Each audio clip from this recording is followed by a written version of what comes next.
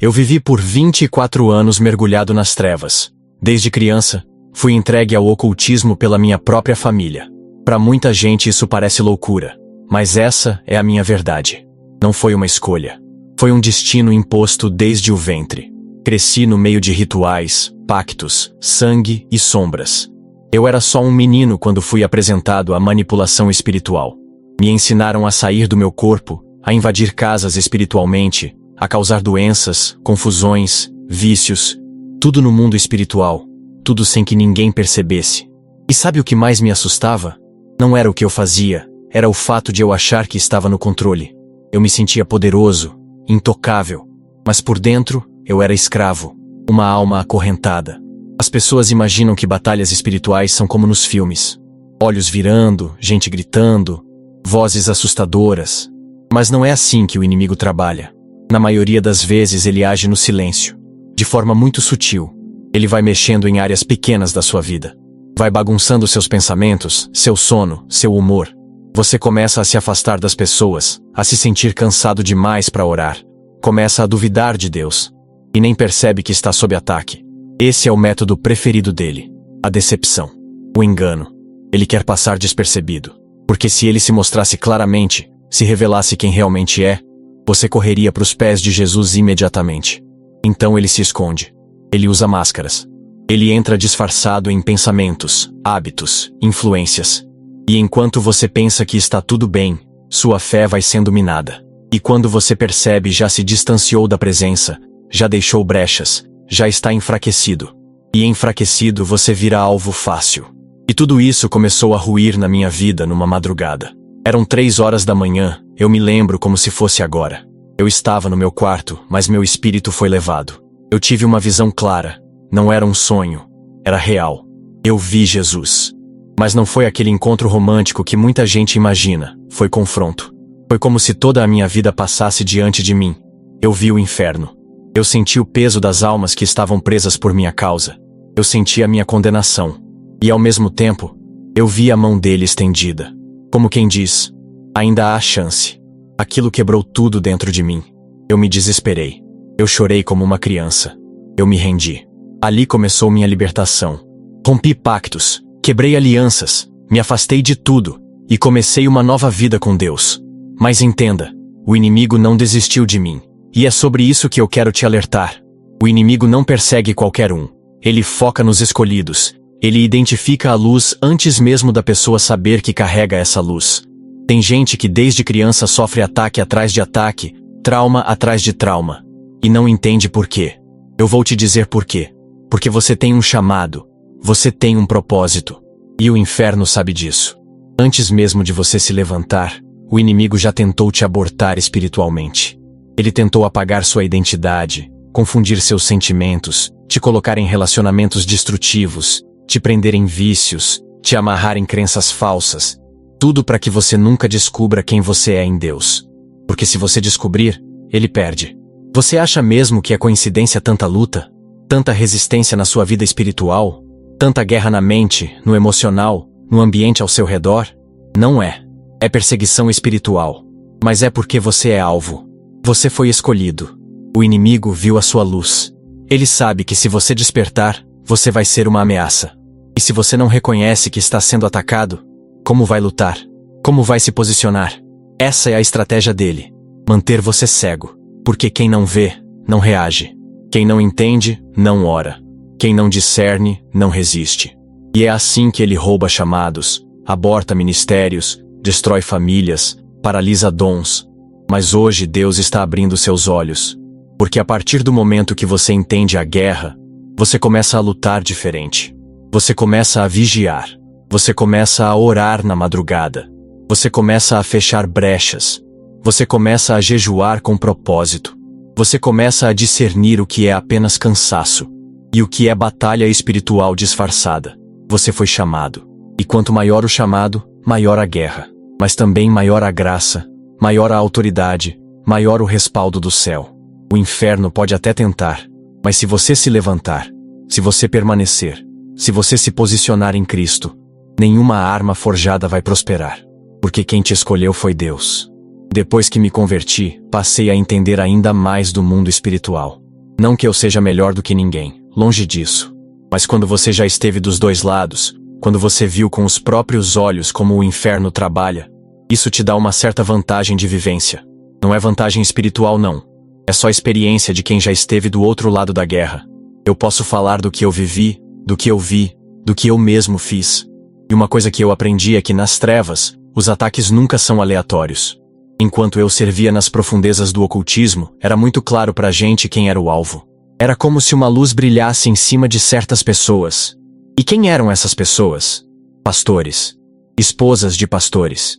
Pessoas com influência. Gente que tinha chamado pra liderar, pra ensinar, pra governar, pra despertar outros. E ali, nos bastidores espirituais, a ordem era clara. Derrubem esses. Confundam. Envergonhem. Destruam suas casas, seus filhos, seus ministérios. Eu trabalhei com bruxaria de alto escalão. Então posso te afirmar, sem medo de errar, isso existe em lugares que você nem imagina. Mas às vezes você pode se achar um nada e dizer, ele vai se preocupar com um nada como eu? E eu te digo, irmãos, é no meio do nada que encontramos as joias mais raras. Você pode se sentir um nada hoje, mas Deus já escreveu seu destino. Satanás não sabe do seu destino. Ele não é onisciente e nem onipresente, muito menos onipotente. Só há um Deus que carrega essas forças e ele se chama Jesus Cristo, um só com Deus. Mas você pode perguntar, ok, mas se ele não sabe meu destino, e hoje eu sou nada, por que ele vai se preocupar comigo? Irmão, ele não é bobo, ele é treinado em comportamentos, ele sonda, ele vigia suas palavras, suas lágrimas. Quantas vezes em seus momentos de dor, você gritou, Deus me tira daqui, Deus me ajuda. Ele sabe que se você se render de verdade, você enxerga a grandeza de Deus. Satanás ataca por todos os lados, mas é estratégico. Ele estuda, ele observa. Os demônios se aproveitam das brechas, e quando identificam alguém com um chamado, eles atacam com força. E aí vem a pergunta, mas como eu sei se tenho um chamado? Irmão, se você nasceu, você tem. Você não foi um erro. Você foi escolhido antes de sair do ventre da sua mãe. O céu já te conhecia. Agora, ser escolhido é uma coisa. Atender ao chamado é outra. E é aí que muitos se perdem. Porque nem todos os escolhidos atendem, e o inferno trabalha pesado para isso. Para te distrair, te ferir, te afastar. É tudo um projeto dele. Tudo pensado para te desviar do que Deus te chamou para ser. E é por isso, irmãos, que eu vou te ensinar algo que vai identificar agora o seu propósito. Examine sua consciência. Se pergunte com sinceridade. Você vive algo que por mais que pareça bom, por mais que diga que ama, no fundo deixa um vazio? Parece que nada preenche? Tem dias que você até se sente bem, mas no silêncio da madrugada, vem aquele aperto, aquele pensamento. Não era para eu estar vivendo isso. Você tem amigos? Pessoas que te ouvem? Que seguem o que você fala? Talvez você nem perceba, mas você tem uma influência sobre elas. Se você diz, vamos, elas vão. Se você aconselha, elas escutam. Isso já é sinal de liderança. Agora me diga, você está no mundo errado? Envolvido com droga, pecado, adultério, e sabe que é errado, mas não consegue sair? De vez em quando passa por sua cabeça. E se eu saísse disso? Como seria minha vida? E se eu me entregasse para Jesus? Será que eu aguentaria? Será que daria conta?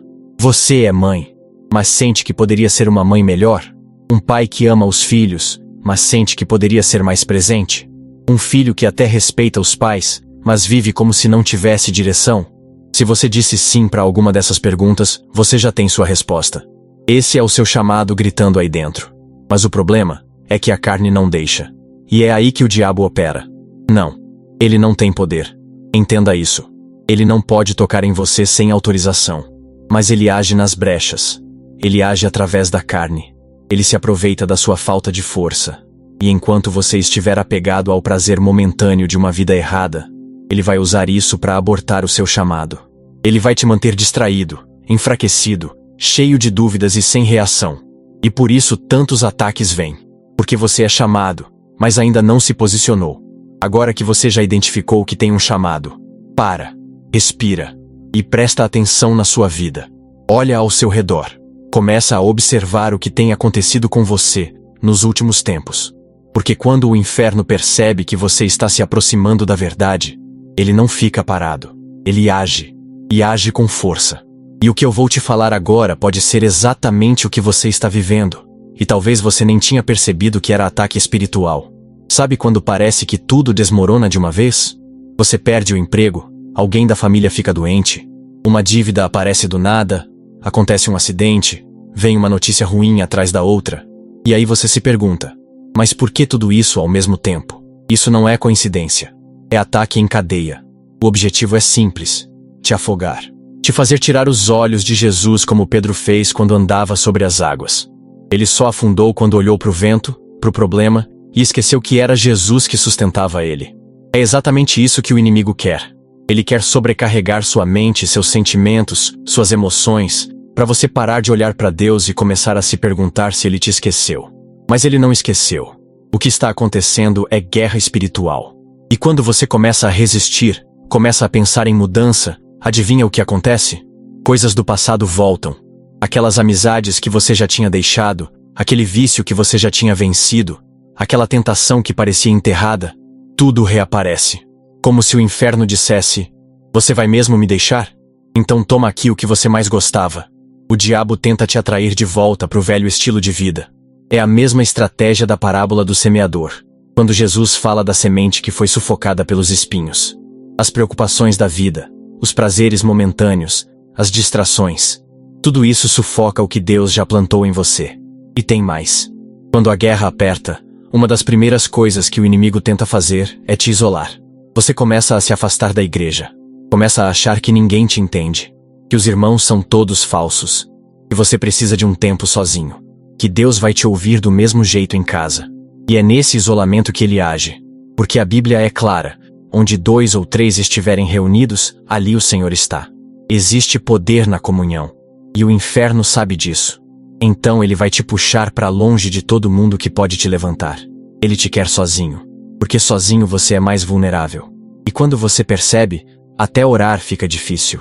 A oração que antes era um momento de alívio, começa a pesar. Você não sente vontade. Quando ora, parece que as palavras batem no teto e voltam. Parece que Deus se calou. Mas deixa eu te contar um segredo. É nesse momento que você mais precisa orar. Mesmo sem vontade. Mesmo chorando. Mesmo cansado. Porque o inimigo ataca forte a oração. Justamente porque ela é a sua arma mais poderosa.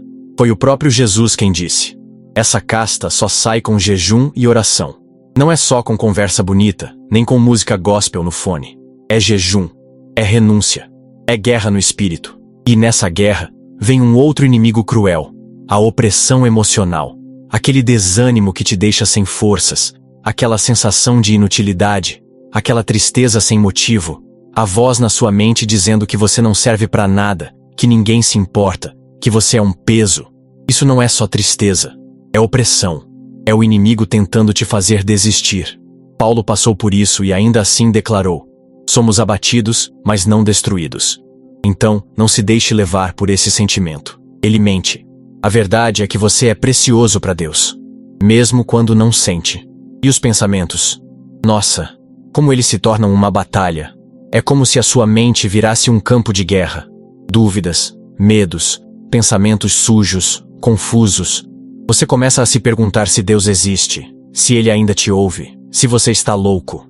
O inimigo planta mentiras. Ele distorce tudo. Ele tenta deturpar a verdade.